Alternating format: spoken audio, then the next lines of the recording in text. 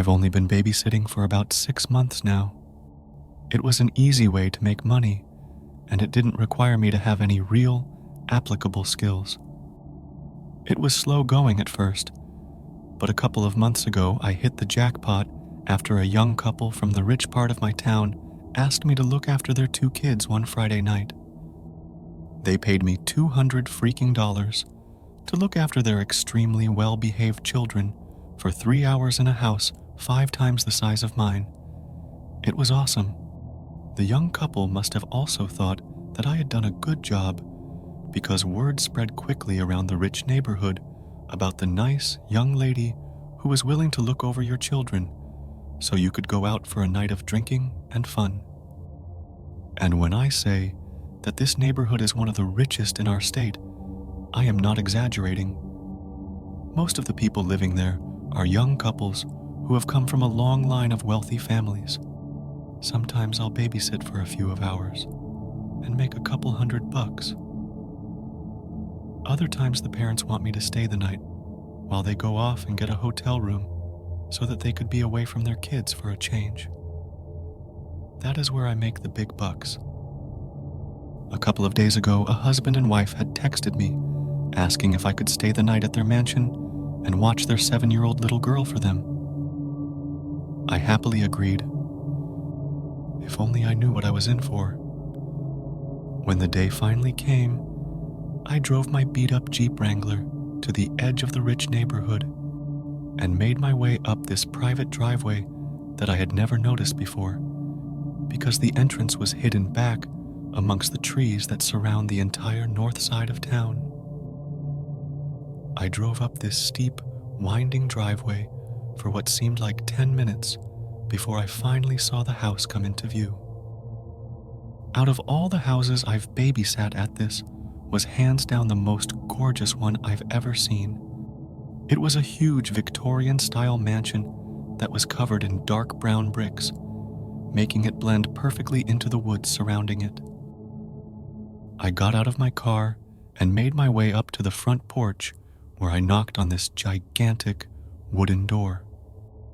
A few seconds later, a beautiful woman in her mid-30s answered and introduced herself as Mrs. Collins. She called her husband down, and shortly after, an extremely handsome man, also in his 30s, came walking down the grand stairway, holding an adorable little girl in his arms. The couple seemed very anxious to leave, and even though they were both gorgeous people, I could tell that underneath all of their beauty, they were both extremely tired and haggard from having to keep up with their 7-year-old. They were obviously very excited about having an entire night to themselves and couldn't wait to get out of there as fast as they could. Before Mr. and Mrs. Collins left, however, Mrs. Collins handed me several pieces of paper and told me that she had written down a couple of instructions for me to follow throughout the night. She stressed to me how important it was to follow her instructions, and I assured her that I'd give them a look. I waved to the pretty young couple as they made their way down the driveway in their expensive Mercedes, and then closed the door behind me. I gave the instructions a quick once-over before folding the papers and stuffing them into my back pocket. I'll look at them later, I told myself. How stupid I was to do that. Mr. and Mrs. Collins's daughter, Samantha, was a very nice young girl who warmed up to me almost immediately, and we had spent the next few hours playing games and watching TV. After we finished our 5th episode of Teen Titans Go, I noticed that it was getting late and asked Samantha what her bedtime was. She shrugged, not really giving me an answer, which is when I remembered Mrs. Collins's instructions. I pulled out the folded pieces of paper and scanned through them very quickly when I saw the words, "Samantha needs to be in bed before 8 p.m. I checked the time to find that it was almost 7:45. "Well, it looks like your bedtime is right now." I said lift Samantha up off the couch so I could get her ready. She brushed her teeth and I tucked her into her California king-sized mattress. I told her goodnight and was leaving her room when she said something that stopped me in my tracks. "Don't forget to lock my door before you leave," she said. I stopped walking and turned back around toward her, confused. "What do you mean, don't forget to lock your door?" I asked. "Why would I need to lock your door? What if you have to go to the bathroom in the middle of the night?" She looked at me innocently and shrugged her shoulders again. "I don't know, but Mommy always locks my door before I go to sleep. She says she does it to protect me and herself. I don't remember what happens after I fall asleep, but Mommy says that I always try to leave my room at night, which is a bad thing." I looked at her dumbfounded. I didn't know what to say. "Mommy told me that she would leave instructions for you to follow, and locking my door is one of them," she said. "Oh, okay, Samantha, I'll lock your door. Good. Good night, sweetheart," I stammered. She gave me a big smile and rolled over in her bed. I closed her door and noticed that there was a latch drilled into the door frame that would allow someone to lock it from the outside. I closed the latch and then walked back downstairs so I could read the rest of Mrs. Collins's instructions. When I had first seen the pieces of paper, I was under the impression that they were just instructions that told me what shows Samantha is not allowed to watch, or how to operate the surround sound. After I started reading them, though I realized that I was wrong, I was completely and utterly wrong. I'm so glad that you agreed to stay the night and babysit Samantha for us. She is such an angel, and I'm sure that the both of you will get along very well. I know that our house might seem old and scary, but don't worry because nothing bad will happen to you as long as you follow some simple instructions.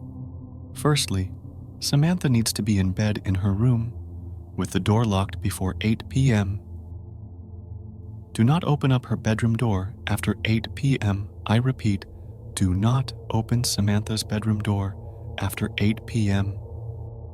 She will try to convince you to open the door in many different ways. She will cry, scream, and threaten you until you give in, but do not listen to her. She can't hurt you as long as the door is closed. Between 8:30 and 9:30 p.m., make sure you remain in the living room with the lights turned on. Around this time of night, you may hear scratching and growling coming from Samantha's room or from other parts of the house. These noises are nothing to worry about as long as you stay in the living room. Watch some TV to pass the time. We have a lot of movies to choose from. After 9:30, do not venture into any dark areas of the house.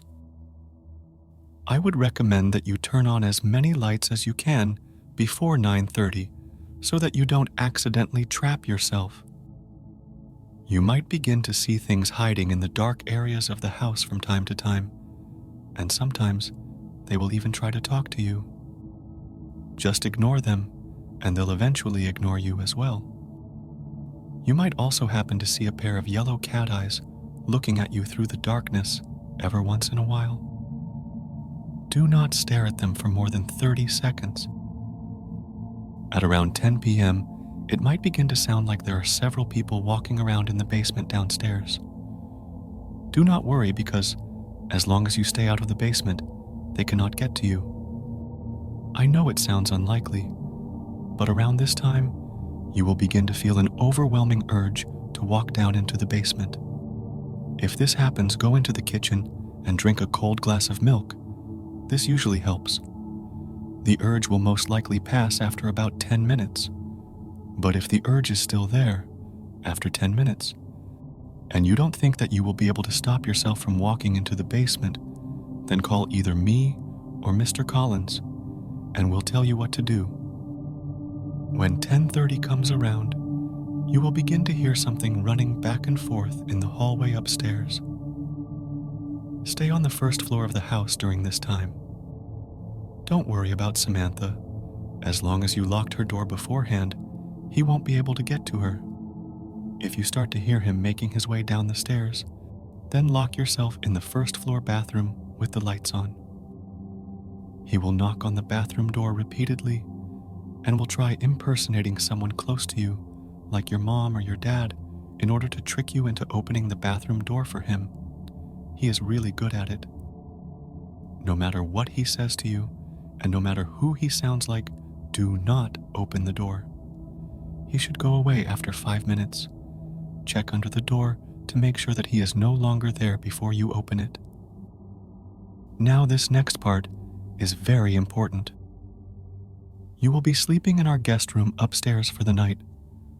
Before you go to bed, make sure that you leave a plate outside your bedroom door with a piece of raw steak on it.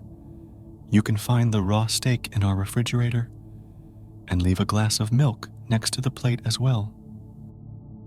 On a piece of paper, write the words "Parkant mihi" in red ink and leave it on the plate with the raw meat.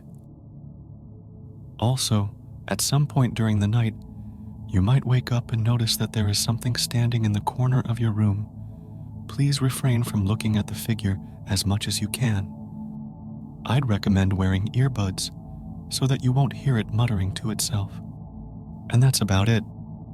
There are also a few other general rules that you should follow throughout the night, just to make sure that nothing bad happens. Rule 1. If the house phone rings at any point during the night, don't answer it no matter how long or how loud it might ring. Mr. Collins and I will call your cell phone if we need to talk with you. Rule 2. If you feel something tap you on the shoulder at any point during the night, don't turn around and wait at least 30 seconds before moving again. Rule 3. Don't eat meat after 8 o'clock. They might see it as a threat and will most likely attack you. Thanks again, Annie. If you have any trouble or questions, feel free to call me or my husband at any point during the night. If you do call us, and a man with a very deep voice answers the phone, hang up immediately and try calling us again. P.S. Throughout the night, you might hear a dog whimpering from somewhere off inside the house. We don't have a dog, so don't go looking for it. I hadn't realized what I had gotten myself into. It is currently 8:31 p.m. as I'm writing this, and the growling noises just started. It sounds like they're coming from every room in the fucking house. I thought that Samantha's screams from a couple minutes ago were going to be the worst part, but now I can hear her muffled growls from upstairs, and I can assure you that this is worse. This is so much worse.